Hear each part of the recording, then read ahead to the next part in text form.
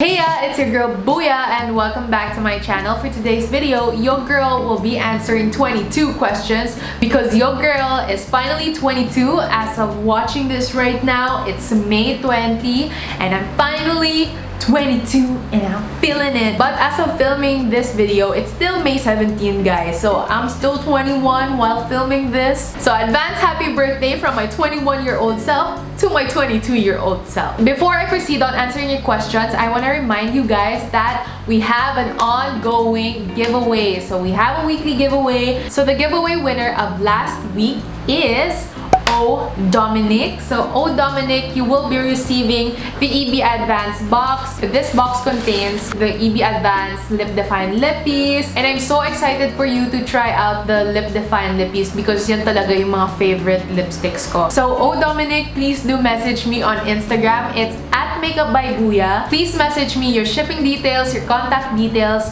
so that I will be able to send this box to you right away. For the third week, guys, I will be giving away this box. Everbella na box naman, but mix naman siya.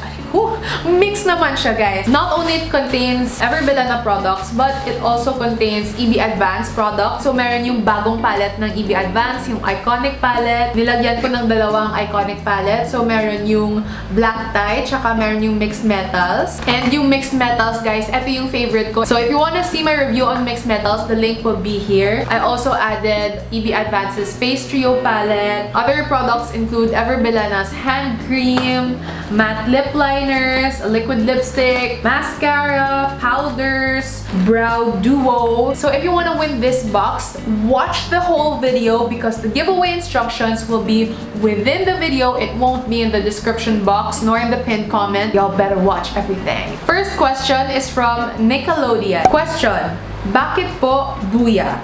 Advance happy birthday, ate. Thank you for your greeting, Nickelodeon. Yung Booya was coined by my friend. It's her term of endearment for me because my name is actually Bea and pinakute niya yung Bea. So, ginawa niyang Booya. So, I got that nickname from her. Yan na yung naging internet name ko. Next question is from Angie Marquez. Sabi niya, what is your birthday treat or gift to yourself? Hi, Angie! My birthday treat to myself is ito, yung phone na hawak-hawak ko ngayon. Next question is by Fairyzel Grace Peralta. What do you prefer, flats or heels? I actually prefer both, but I feel more powerful when I wear heels. Next question is by Isa Dalawa 3-1-2-3. What are your most memorable moments or greatest achievements the past year or years?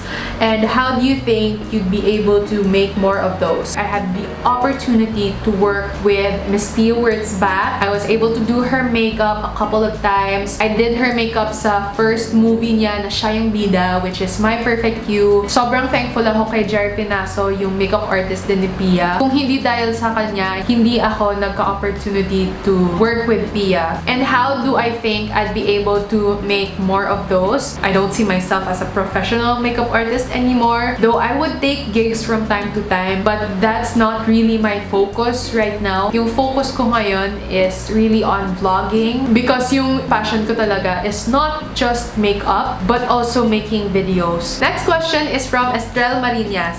Her question is, which do you like better? Local brands or international brands? I love you. I love you too, girl. For lip products, blushes, eyeshadows, highlighters, I'd go for local products. But for foundations, concealers, eyeshadows, even mga eyeliner and mascaras, I would have to go for international brands. Next question is from Blessy Joy Pakalna. Hi Blessy. She asked, do you have a boyfriend? Nope, I don't have a boyfriend. I'm actually, what do you call that? Hashtag NBSB. I'm enjoying my singleness right now, as in I'm really enjoying me being a single. I know it's been 22 years, but I'm genuinely happy being a single woman right now. Next question is from Geraldine Villanueva. She said, happy birthday, thank you so much, more blessings and subscribers to come. Thank you. She asked, what made you start vlogging? It started out as a class project and I uploaded it on YouTube. I kept receiving positive comments, like people asking me for more tutorials. Then I was hesitant at first because I'm not good at speaking towards the camera. Pero na-realize ko, yan na yung opportunity ko to practice how to speak and to be confident. Naging avenue siya for continually educating myself on the things that I'm passionate about. Merge ko siya in one passion project. And na yun nag-push sa akin to make YouTube videos. Next question is from Mevs De Leon. Hi Mevs! She asked, may I ask your skincare, Miss Booya? I love your flawless morena skin. To be honest, I don't have a flawless skin right now. I've been breaking out actually since January. Until now, I'm still trying to heal it. I'm still looking for the perfect skincare products for me. Hopefully, when my skin is all cleared up, I'll be able to make the video so that I'll be able to share my journey with you guys. Next question is from Julie Glore. She asked, what's the best part about being a Taurus baby? I feel like the best part of being a Taurus is our ability to make that coin, because Tauruses hate the feeling na hindi sila secure, especially in terms of finances. So that for me is the best part of being a Taurus. Next question is from, hey, it's Andrea May. Hey Andrea! She asked if there is one time or one moment in the last year or month that you would change, what moment would it be and why? Happy birthday and more blessings to come. Thank you so much, Andrea. Yun siguro yung mga moments na nasa events ako or sa places na I need to socialize, na I don't seize the moment to socialize or build networks, build connections, because ang awkward ko. Like, I don't know how to approach a person, and if I do approach a person, nagkaka-anxiety ako kasi iniisip ko, shucks, ano yung next na topic? Pag natapos yung topic na to, ano yung next topic ko? Most of the times, I end up not talking at all. I end up looking like a bitch. I really want to meet people, but I just don't know how to like carry the conversation. Next question is from Zia Ophelia. Next question is from Nix Magallanes. What is your favorite thing about being a YouTuber? Of course, being able to create beauty content, be able to create videos, and being able to make friends online. Being able to be friends with you guys. Next question is from Cindy Baksain. She said, you are very much underrated. You deserve more subscribers than any other YouTuber. Oh, girl! I know one day you will reach the peak because you deserve it. Currently working hard for it, and I'm proud that I'm one of your boosts right now. That millions of subscribers, likes, and views. Happy birthday! Thank you so much, Cindy.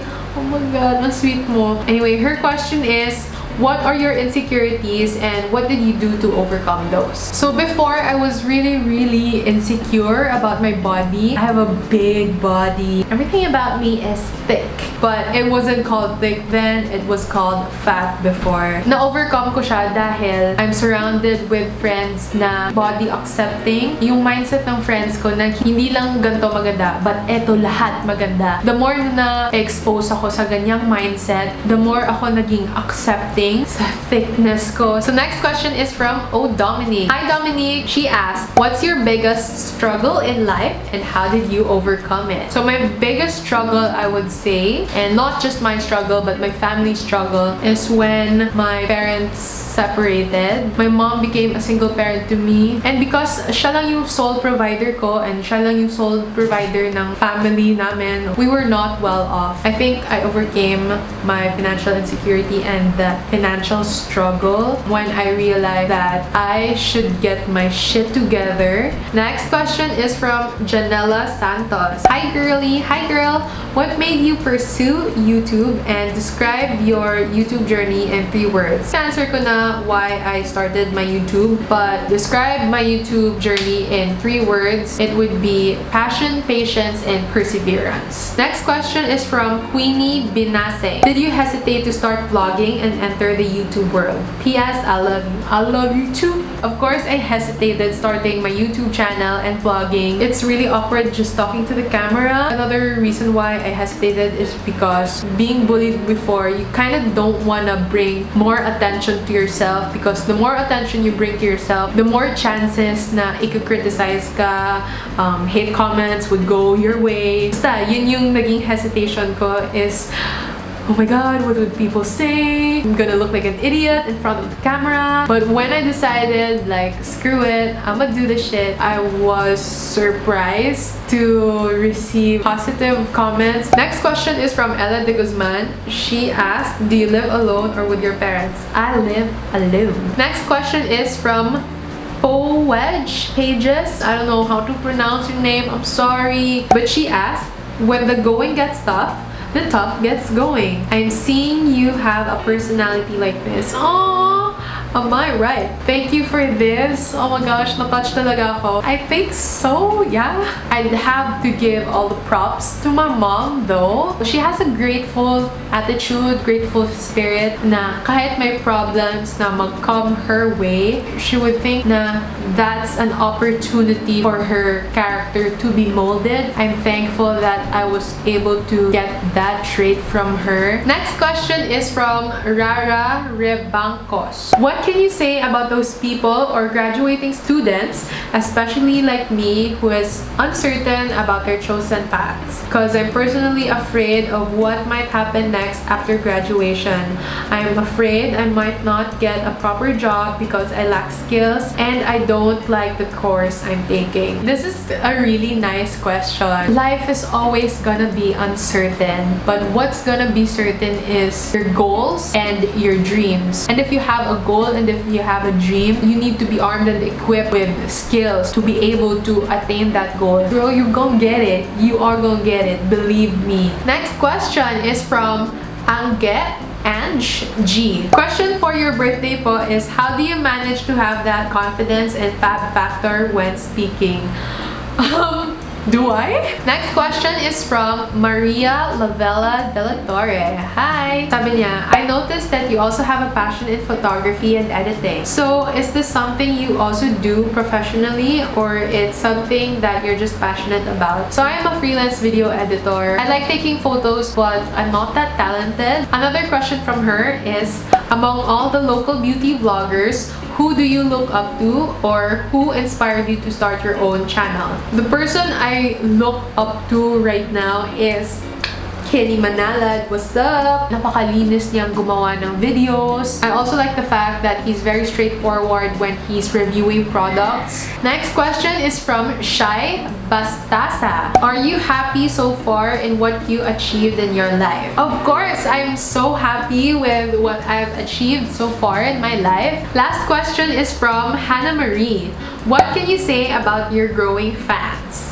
Growing family, I would say. Since our community is growing, I also feel like the responsibility in me is also growing. I pray to be responsible with my influence. So that's it for my 22 questions. I hope you got to know me better. And now, it's my time to get to know you better. So for my next giveaway, if you want to win this box, all you have to do is subscribe to my channel and comment 2 facts about yourself. The winner will be chosen randomly and it will be announced on my next video. Anyway guys, thank you so much for sending in your questions. I had so much fun answering them. If you like this video, then please do give it a thumbs up, subscribe to my channel, and share this video. And if you have any more comments or video suggestions, then please do enter them down in the comment section below. Just remember, no hate, just love.